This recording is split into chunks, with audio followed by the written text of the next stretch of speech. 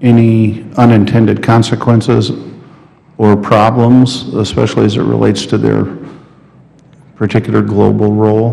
Well, I think it would be,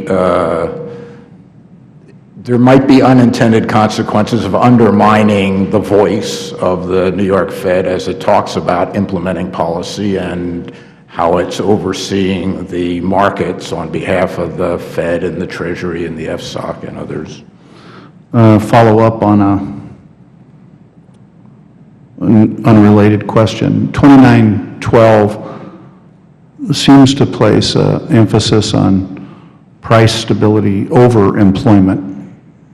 If you translate out how the bill would actually work, in fact, if you did the math, I think you could actually come to a specific conclusion that its intent is to place a higher priority on price stability. I've always kind of viewed price stability and employment as two ends of a teeter-totter. We're in this constant search for the right balance. There are times, however, that for whatever reason, business cycles, external factors beyond our control, one of the sides of that teeter-totter gets out of hand. Unfortunately, I'm old enough to remember when we had to purge inflation out by charging 5 jillion% interest rates.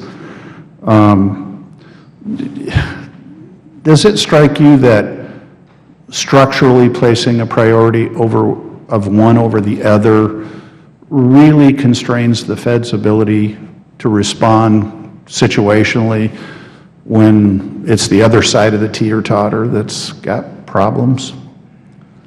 So I think most of the time the two are in sync. Pursuing one will help pursue the other, and this is a very good example today. Raising employment and boosting demand will help get inflation up to the 2% target. I think number two, the Federal Reserve has recognized in the statement that John Taylor talked about on its objectives that over the long run, it must keep its eye on that 2% inflation target. There are times, rare, but there are times when there are conflicts and you have to decide how rapidly to go back to your 2% inflation target, and taking account of what's happening to employment at the time is a helpful way of balancing those